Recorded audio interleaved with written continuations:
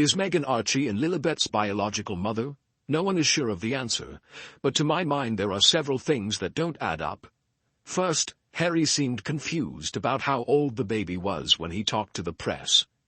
Second, no reputable hospital is going to let an expectant father snort his way through a whole canister of laughing gas. Third, in the meeting with the Queen and Prince Philip, Meghan was wearing a white dress with a narrow skirt. Nobody I know who gave birth 48 hours before would risk a postpartum accident by appearing in public in a white dress.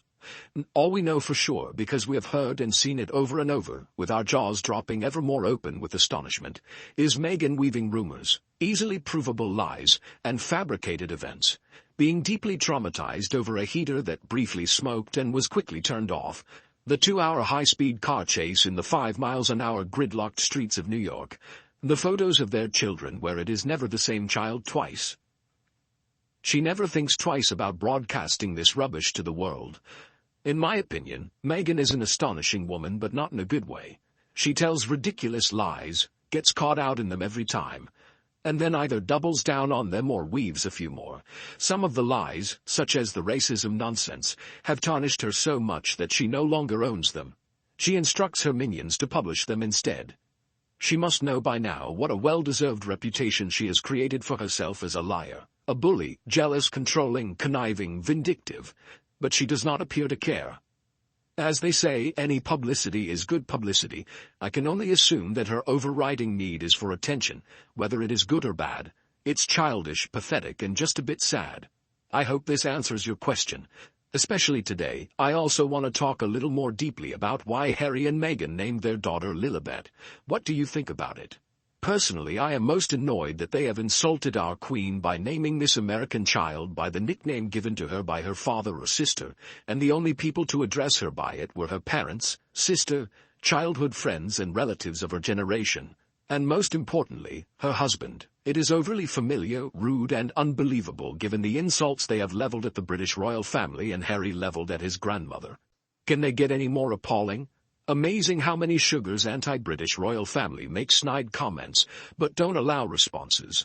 That is so cowardly or arrogant. Many have no profile, but their replies on similar matters make for telling information about them. The latest to me is Lita Simon, who is so insensitive as to think calling a child by the nickname of its great-grandmother, without permission, is okay. For your information, Ms. Simon, the Queen was led to believe the child was being called Elizabeth. Meghan probably didn't even know about the nickname until she saw it on the wreath laid on the late Duke's coffin. To name the child Lilibet formally was not only ridiculous, albeit in step with the Hollywood pattern of giving their children stupid names, it was rude and overly familiar. In appropriating the Queen's private family nickname as the formal name for the child, it was the equivalent of those two yobos barging into a private family space, putting their feet up on the furniture and snarling, "We are just as good as you are." Can say that it is an invasion of privacy on the Queen's private life. Lilibet was a very private nickname within the tightest family circle. This naming of the child was a very impertinent act and also a very hurtful one. It is as if Meghan purposefully stole the name of the Queen to forever erase her sweet childhood. What I don't understand is the total lack of originality from the Sussexes. Not only does Meghan repeat other people's sayings, writings, ideas, etc., and try to pass them off as her own, but she has used the Queen's nickname for her daughter and Prince George's nickname for her son. It's all very well using traditional royal names, but copying nicknames is bizarre. He basically insulted the entire history of the institution. They have repeatedly snapped back at the Queen.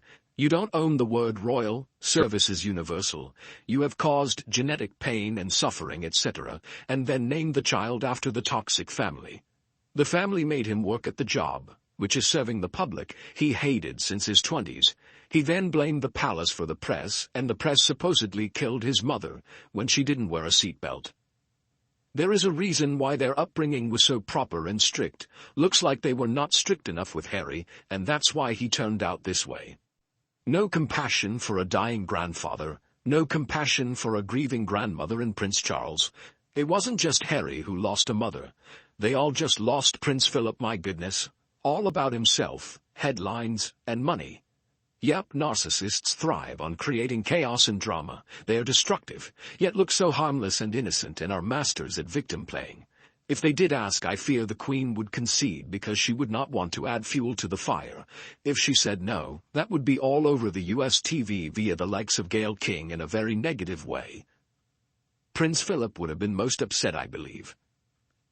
In light of all that has taken place with Harry, Meghan, the Queen, and the whole of the royal family, naming their child with Her Majesty's very personal nickname is a gigantic passive-aggressive slap in the face.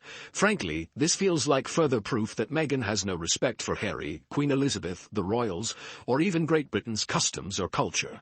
And Harry has no spine or brain or is trapped in Meghan's narcissistic web. It's not sweet and endearing. This is hypocritical, selfish, disrespectful, tone-deaf and wrong. There is nothing sweet about this. Meghan and Harry are just taking something they want for their own selfish reasons. The name Lilibet comes with too much meaning attached to it that they have no right to claim for themselves. It's an affront to Her Majesty the Queen. I reckon Harry wanted the world to know how close he was to his grandmother. You know, how he was tasked with making sure she had the right people around her. How she shared secrets only with him. How he was the favorite grandchild, blah blah blah. What better way to show the world how special he was than by claiming that Her Majesty was delighted that he chose the pet name so close to her heart for his daughter. Of course she gave him her blessing. Blah blah blah. Bullshit. He loved her so much he couldn't be bothered to go and see her at Balmoral in her final weeks, knowing full well how ill she was and that it might be his last chance. Too busy. What a deluded, self-serving, drug-addled, pathetic excuse for a human being. I'm glad the palace has played the long game and is now revealing what Queen Elizabeth really thought of him. Revenge is a dish best served cold. Do you know that Harry and Meghan said they named their daughter Lilibet in honor of Harry's grandmother, who is Queen of the United Kingdom? I've heard that Her Majesty the Queen isn't that happy about it. If I were Queen Elizabeth, I wouldn't be too happy that my lying, recalcitrant grandson, who's not the brightest bulb in the chandelier, and his anorexic harpy of a wife, whose life is devoted to deceit and revenge, gave their daughter my private pet name. Would you? That name was used by the Queen's father. As Queen Elizabeth was learning to talk, she couldn't say Elizabeth clearly. It came out as Lilibet. Her father thought that was cute and Lilibet became his pet name for her. After Princess Elizabeth married Prince Philip, she allowed him to use Lilibet. Considering that His Royal Highness Prince Philip hasn't been gone for even 3 months, I have no problem understanding that Lilibet is a name that in all likelihood she'd prefer not to hear used until the pain of her husband's loss settles down. I doubt Harry bothered to ask her beforehand. Some news services say he did, some say he did not. Several of Her Majesty the Queen's staff members say Harry did not ask because he knew how private that name was to her, and that the request would have been denied. Harry and Mags registered it in California and presented it as a fait accompli. That certainly seems more plausible to me, given that they trademarked the name 6 days before the baby was born, and knowing full well the Queen had not given them permission to use it, they decided to once again cock a snoop at the royal family, saying we can do what we like. And of course it is a very pretty unusual name and they will be hoping to make money from it, hence they're protecting it. This reminds me of a spat they had, when Meghan had been mouthing off and the Queen had spoken about a life in service. The Markle spat out service is universal and phoned a woman refuge. She went with a camera crew to hand over a donation. After she left, a remark was made that the donation might be used to repair a small part of the roof. Meghan won't be told what she can and can't do, which is why the split happened in the first place. To then say they wanted to honor the Queen, knowing she was never asked in the first place, shows them for what they are. I hope now that Her Majesty is at least speaking out. It might shut them up for a long time. But I doubt it. Yes, Meghan is evil and conceited. I hate that woman just now. Let me give you more examples to show you. Do nice people do nothing to help their own homeless family members? Meghan at one point had family that were living on the streets, and despite being a multimillionaire, she did nothing to help them. Do nice people emotionally abuse their fathers for making one PR mistake? Yes, Meghan's father made a PR blunder, but does that mean he deserved being abandoned after nearly dying of 2 heart attacks, then emotionally abused by Meghan, who now tortures her own loving dad by refusing to let him ever see her or his own grandchild again? Keeping a grandchild from their grandfather for revenge is emotional abuse, plain and simple. Do nice people bully people in school? Meghan's former sorority sister came forward on Quora and said Meghan could be nice to people she liked, but bullied two girls so badly they tried quitting the sorority. This isn't even counting Meghan refusing to help her own nephew whose friends said he was close to dying. This isn't even counting Meghan basically abandoning her old friends in Black family after becoming famous. This isn't even counting Meghan abandoning her dog when it got too old. As for her being nice to staff, one waitress said Meghan was so rude to her that she made her cry. An entertainment manager on Twitter commented that Meghan was the meanest person he had ever worked with. This is not a joke. You can look up the comment, it's somewhere on Quora as well. Wimbledon staff said she was a nightmare to work for. Meghan's Australian staff came forward online and said that she screamed at them and was abusive. Another entertainment PR manager who worked with Beyoncé and Kim Kardashian came forward on Quora and said Meghan has a reputation for being abusive to staff. There are so many more reports of her being horrible to staff that I can't even count them all. These kinds of reports have never been made about the Queen Catherine or Prince William. That's how you know it's true, because whenever the royal family mistreats staff, the public always finds out about it. Is Meghan the devil incarnate? No, of course not. But people need to stop saying everything reported that is negative about Meghan is just the evil press. At this point, even her most loyal fans can see that Meghan is not always a great person. And even though she has the capacity for kindness, she also has the capacity for cruelty as well. To the list of emotions I had when I thought of Meghan, none of them positive, it seemed we could then add blackmailer. A vlogger had revealed that Meghan had quite a lot on Prince Andrew and, because of this, felt she could go after anyone in the RF because if they retaliated, she would reveal what she knew about him. Meghan was also tainted by Jeffrey Epstein, and it was through that connection that she felt she was untouchable. And the thought was that she had also shared this information with Oprah and Gayle King, so they too believed they were beyond the range of anyone wishing to call them out. That meant the doctored headlines could stay. In fact, it seemed to mean Meghan could get away with whatever she liked, or she would cause even more damage than she was doing at the moment. The vlogger believed that the Queen had paid for Andrew's security when he was out and about, no longer a working royal. So, no longer entitled to publicly funded police protection, and that was who Meghan was referring to when she said something like, some members of the royal family get protection paid for, when questioning why she and Harry didn't have it. That woman was getting more and more evil by the day. There now I had said it. I had tried to avoid such epithets, until now. I couldn't think how else I could describe her behavior, except underlying evil. I just felt so sorry for the children. And it would be worse, I suspected, for a girl, rather than Archie, because a girl would become a rival to her. And like Snow White's evil stepmother, no one around Meghan was allowed to be more beautiful, special, talented, etc. than she, Meghan, was. In addition, one brown-skinned person shared this. She makes me sick 'cause she undermines serious issues of race and racial abuses. I am a brown person from a developing country, and these things matter to every person who has faced major or minor race, skin color-related discrimination, thinly veiled insults, or full-blown abuses. She is a privileged person who has had access to every support and help that money and power can provide. By usurping this important topic, she is insulting and abusing all of our experiences. If I could, I would file a complaint against her for violation of our human rights and our voices. She is not a victim, and she is plundering our hard-earned right to voice our concerns. It's true that I can only sigh. Meghan is making Harry look ridiculous. His jealousy of his brother is nothing new. But I suspect coupled with Meghan's jealousy of Catherine, it has become an obsession. Harry is being pimped out to make money by his wife, and the need to maintain a lifestyle they cannot afford. They are forced to pay for joke awards to get media attention, and he has a job he is woefully unqualified to hold without his family ties. He makes ridiculous speeches that make him a laughing stock, and he demands to be equal to him even in royal family situations when she is just the wife of Harry, not a princess or senior royal. He thought he was going to be the king of Hollywood with his own celeb court, but is still using borrowed planes to swan around the world as his few wealthy friends take pity on him and his rapidly diminishing status. If Harry does not know this by now, he is a total fool, to say the least. Aside from this, he is miserable also as well as henpecked. Does anyone remember the day that Harry presented to the world Meghan Markle, his future bride? When they went back inside, they conducted an interview which Harry did most of the talking. The first question was, how did Harry propose? While roasting a chicken. Harry got down on one knee and I said yes before he even asked me. Next question, Harry. What would your mom think of Meghan if she were with us today?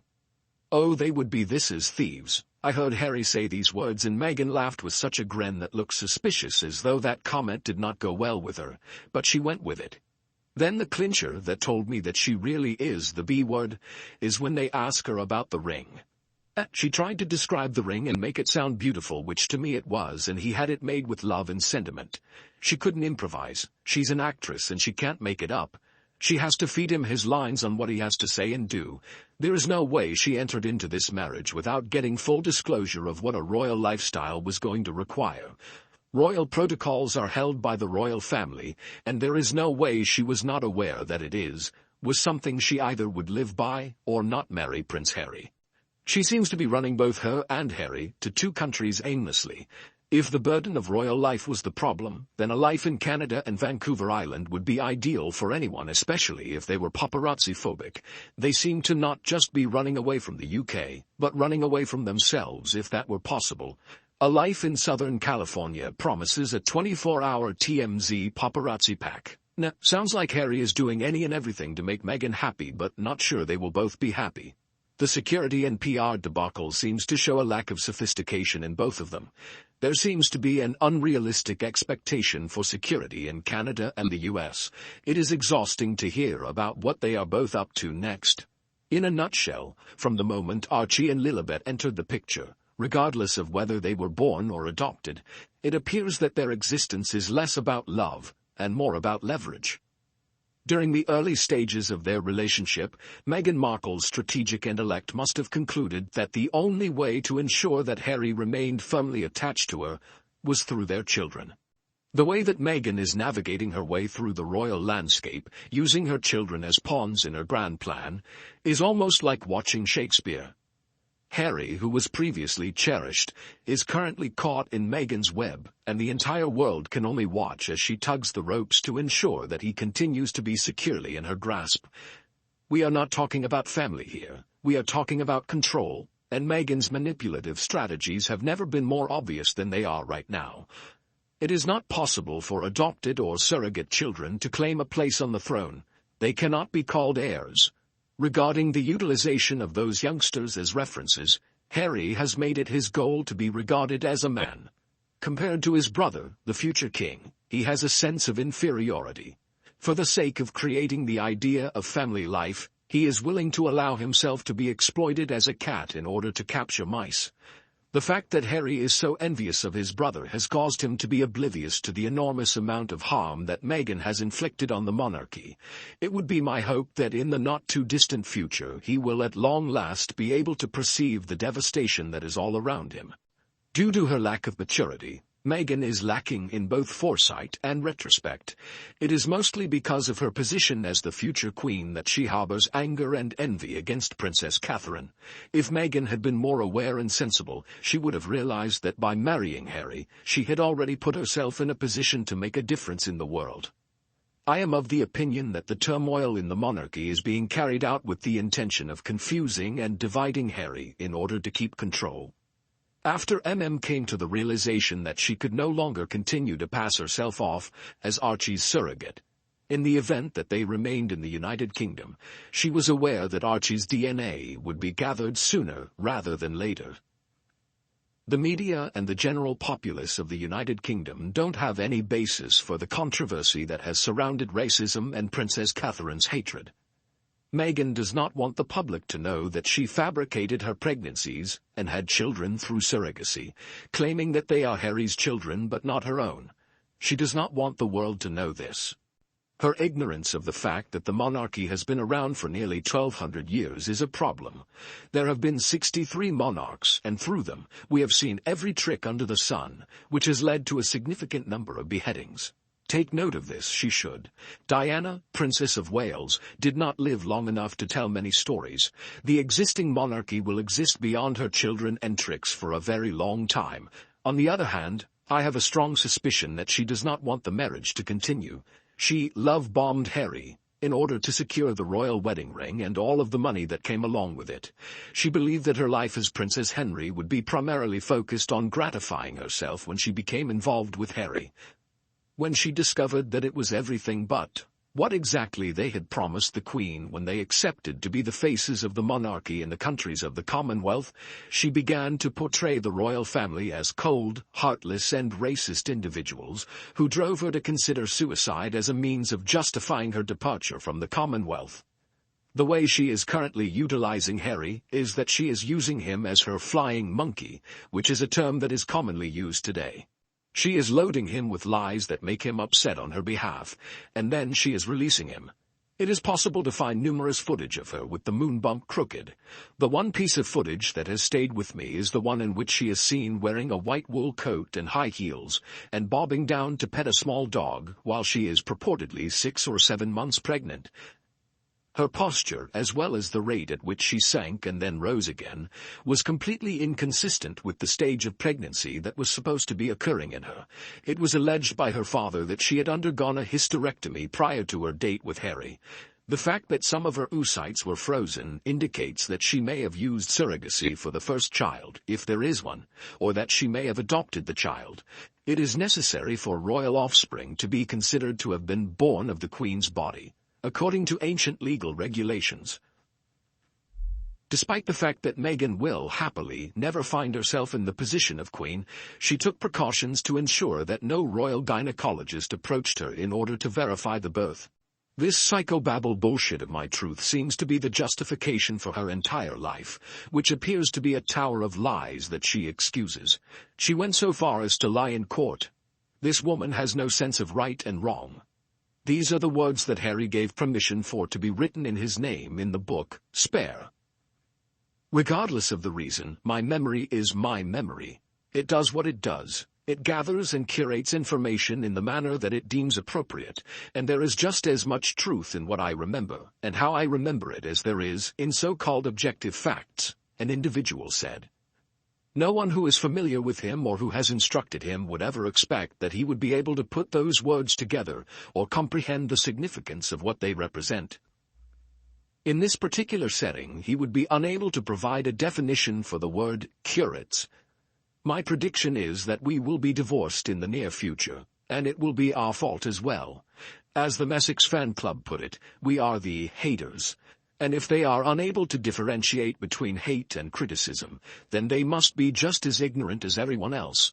Isn't he going to have a significant increase in his income when he turns 40 later this year? Is it the half that Meghan has been waiting for all this time? It's possible that Anne will change the trust once more to 45, or she might place it in trust for the young ones. Initially it was 40 cents.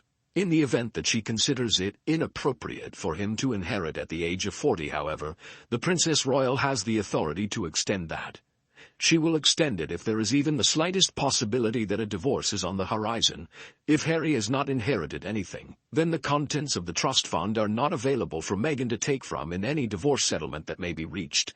Furthermore, a California court does not have the authority to make any decisions on the money that Harry received as an inheritance from his trust. The story comes to an end. The United States does not have jurisdiction over that money unless he brings it there. The money that Harry receives from the trust is considered to be his separate money and is not considered to be community property, as long as he does not commingle it with assets that are owned by the couple. It is obvious that it could be taken into consideration when the court sets the amount of child support that he is required to pay. Given that this is not a case involving alimony, it is also not possible to award it to Meghan on the basis of that. Despite the fact that it is impossible to rule out the possibility, I believe that Meghan is holding out for the inheritance that Harry will receive when he turns 40 in September. The money that Harry received as an inheritance from his trust is not subject to the authority of a court in California to make any decisions regarding it, until Harry takes it to the United States. In the event that it is transferred to him from the trust, and he decides to keep it in the United Kingdom, she will never be able to obtain it. Not only does it fall beyond the jurisdiction, but it is also Harry's separate money, which is not considered community property.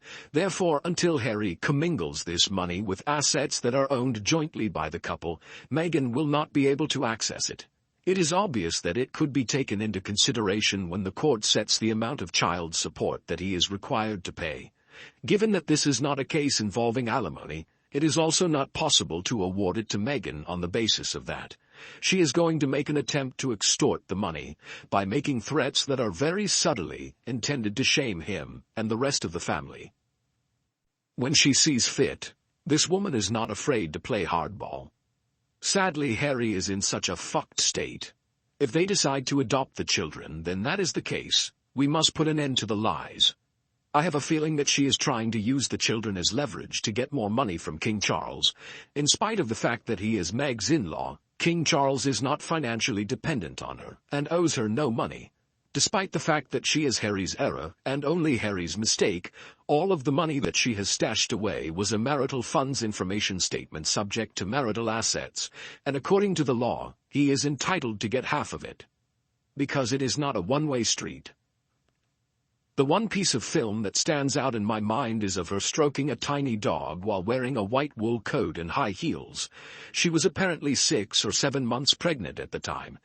Her posture, as well as the rate at which she sank and then rose again, was completely inconsistent with the stage of pregnancy that was supposed to be occurring in her. That is something that is fully dependent on the person. I was able to bend and move around without any problem during mine, and I even laid a carpet that was fitted at the age of 8 months. It is inconceivable to anyone who is familiar with him or who has instructed him that he would be able to put those words together or comprehend the significance of what they signify. Given the circumstances, he would be unable to provide a definition for the word curates. That is a valid issue, but he would have employed the services of a ghostwriter, and as a result, this would have been improved by that individual. Regarding Meghan's plan, she was under the impression that the concept of seclusion would shield it from examination. For the sake of acquiring material goods, Harry's wife has manipulated him. I have high hopes that Meghan will submit a divorce petition for him. What a load of nonsense. If you were unhappy and had your own money, she would not stay with Harry, give it a rest, and regardless of whether she has had children or adopted them, they would not keep her in an unhappy marriage either. Furthermore, regardless of what anyone says, she is a beautiful woman, and with her own money and her looks, she could easily find someone else to love. However, she is content with Harry doing the charity work that they do, so try leaving them alone. Oh, you must give up. They have no other charitable organization but one for themselves. No one benefits from their actions in any way. How come neither Harry nor Meghan are helping out the people who are being mistreated by the charity that he was the president of? Do you remember African Parks? If they are so charitable, then why are they not getting involved?